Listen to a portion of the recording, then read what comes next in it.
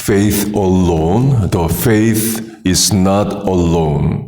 믿음으로만이다. 그런데 그 믿음은 alone, 혼자만은 아니다. 라는 제목으로 말씀을 전하겠습니다.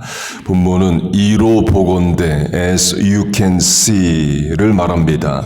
헬라어에서 이로 보건대는 결론을 말하는 거예요. 어떤 이야기의 끝맺음을 하는 겁니다.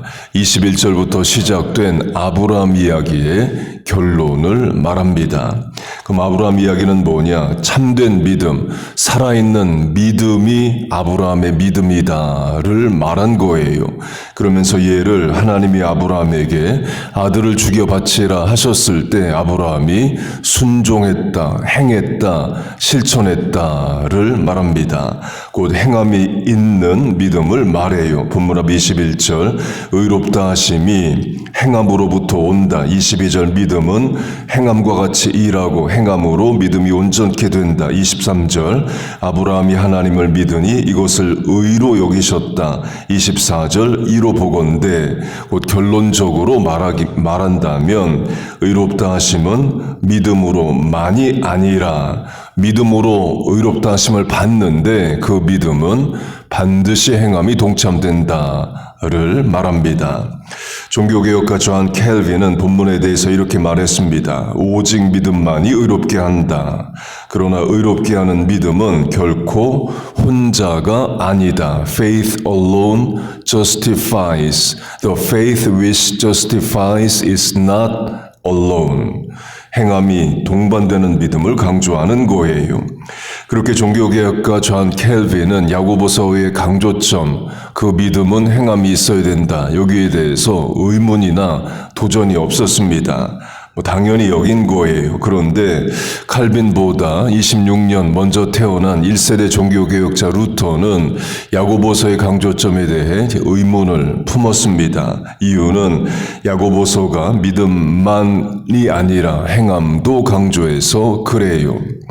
그래서 루터는 야고보서를 Epistle of Straw, 지푸라기 서신으로 불렀습니다.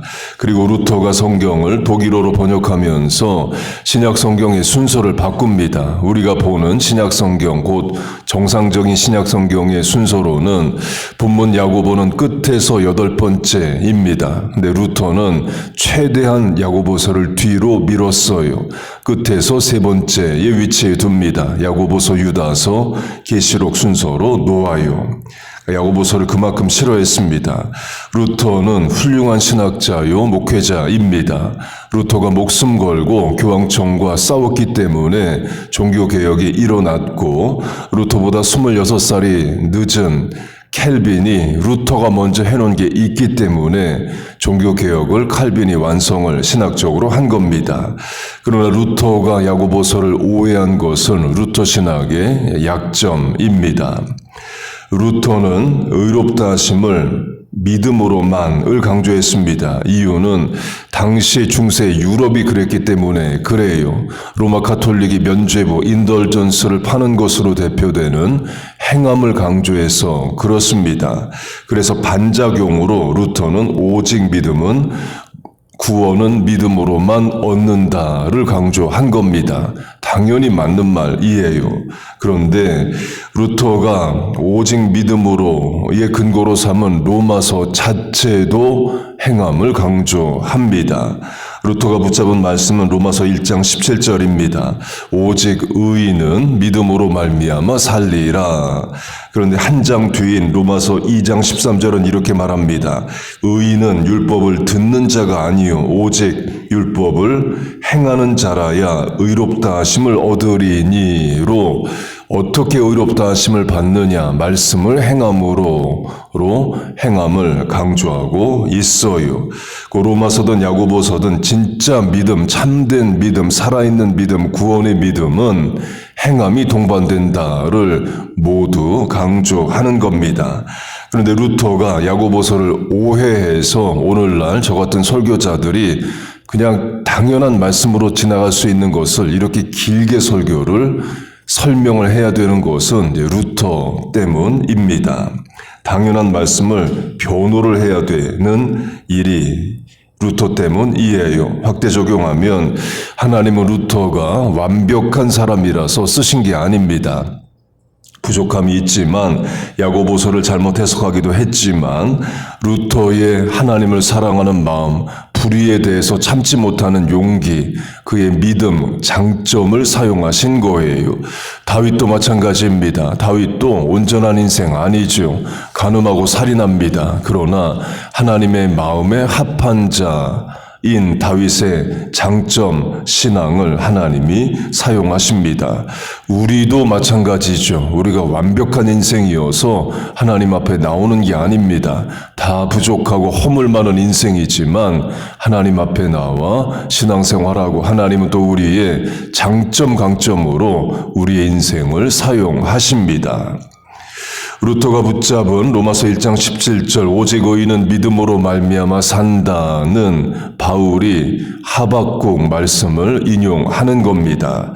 그럼 하박국의 내용은 뭐냐? 하나님이 이스라엘의 우상 숭배와 율법을 지키지 않는 죄 문제를 지적하시는 겁니다. 하박국은 예레미야와 동시대 인물로 여깁니다. 곧 나라가 망해가는데 정신 못 차리고 우상 숭배하고 율법을 안 지키는 거기에 대해서 말을 해요. 하박국 2장 새긴 우상은 그 새겨 만든 자에게 무엇이 유익하겠느냐?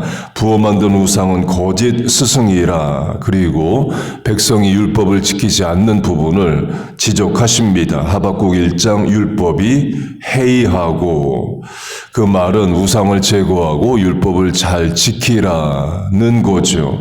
곧 하박국이 하나님 앞에 의롭다 하심을 받는 믿음을 강조하는데 그 믿음은 행함을 동반하는 믿음입니다. 우상을 제거하는 실천, 율법을 잘 지키는 행함을 동시에 강조해요. 그래서 흔히 로마서와 야고보서가 충돌한다라고 말하는데 그렇지 않습니다. 루터가 한 번 잘못 해석을 해가지고 500년째 이렇게 길게 설명을 하는 거예요. 로마서, 야고보서 모두 믿음 동시에 강조하고 있고 그 믿음이 행함이 있는 믿음이다. 역시 강조하고 있습니다. 마지막으로 예수님이 강조하신 믿음과 행함을 보겠습니다. 마태복음 7장 나더러 주여 주여 하는 자가 천국에 가는 것이 아니라 아버지의 뜻대로 행하는 자라야 천국에 들어간다 말씀하십니다. 행함을 예수님도 강조하셔요. 산상수훈 마태복음 5장에서 7장까지의 길게 하신 말씀의 결론도 행함입니다. 그러므로 결론을 내는 거죠. 본문으로 하면 이로 보건대입니다. 그러므로 누구든지 나의 이 말을 듣고 행하는 자는으로 산상수훈의 마지막은 행함을 강조하십니다. 거기에 대한 이해로 반석 위에 지은 집, 모래 위에 지은 집을 이야기하시죠. 행함이 있는 것은 반석 위에 지은 집이고 듣기만 하고 행함이 없는 것은 모래 위에 지었다 하십니다. 이런 말이 있습니다. The longest distance in the world is from the head to hands. 가장 긴 거리는 사람의 머리에서 손까지다. 왜? 머리로 이해하고 동의하는 것을 손발로 실천하기가 그만큼 어렵다는 거죠. 그 차원을 예수님이 강조하신 믿음으로 하면요. 마태복음 9장을 보면 혈루증, 몸에서 피가 멈추지 않는 병에 걸린 여자가 예수님의 옷자락을 만집니다. 몰래 만진 거예요. 사람들이 예수님 주위에 많은 것을 틈을 타서 거기에서 예수님도 모르시겠지 하고 옷이라도 만지면 병이 나을 줄을 생각을 하고 실천을 합니다. 강조점은 그런 생각을 먼저 했겠죠. 예수님 옷을 만지면 나을 수 있다. 분명 믿음이 있습니다. 그런데 그 믿음을 실천하는 데까지는 여러 망설임이나 두려움이 있었을 거예요. 당시 문화로 여자가 남자의 옷을 까닭없이 만지는 것은 또 오해 소지도 있고 무례함일 수 있습니다. 그리고도 율법에 의하면 남자든 여자든 몸에서 피나는 것은 부정한 상황이에요. 예루살렘에서 여리고로 내려가다가 강도 만난 남자를 제사장과 레위인이 돕지 않고 그냥 지나갑니다. 이유 중 하나는 피가 나는 사람은 부정해서 그래요. 레위인과 제사장은 성전 봉사를 해야 되는데 동물의 피든 사람의 피든 만져지게 되면 봉사에서 제외가 되기 때문입니다. 제사장과 레위인이 잘했다는 게 아니라 그런 이유도 있다는 거예요. 곧 혈루증 여자가 예수님의 옷을 잡는 것을 생각했어도 한두 번 망설인 게 아닐 겁니다. 할까 말까 해도 되나 하면 안 되나 수도 없이 망설이고 고민을 했을 거예요. 믿음과 행함으로 하면 분명 그 여자는 예수님의 옷이라도 만지면 나을 것을 믿어요. 주의 옷자락 만지면 내 병 낫는다 분명히 믿습니다. 그런데 실천을 안 하면 망설이다가 고민하다가 실천을 안 하면 그 믿음은 역사하는 믿음이 아니죠. 그 여자의 병은 낫지 않습니다. 그 여자는 행함으로 믿음을 증거합니다. 예수님이 그 여자를 믿음 있다고 이야기를 하셔요. 그때 믿음은 결국 예수님의 옷을 잡는 실천인 거죠.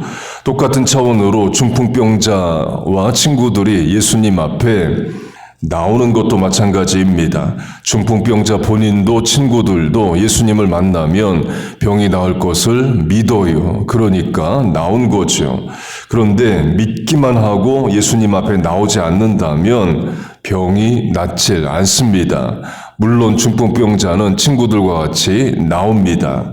예수님이 집에 계시고 사람들이 많아서 집 안에 들어갈 수가 없자 집 위로 올라가서 지붕을 뜯고 병상체, 침상체 달아서 내립니다. 저는 이 장면을 보면 제일 어려웠던 부분은 집 위로 올라가는 과정이었을 거다라고 생각을 합니다. 중풍병자가 침대에 누워 있습니다. 자기 발로 못 올라가요. 그러면 수평을 잘 맞춰서 지붕 위로 올려야 되는 겁니다. 지금 우리 보고 하라고 그래도 쉽지 않은 일이죠. 조금만 기울기가 비틀어지면 중풍병자는 높은 데서 떨어집니다.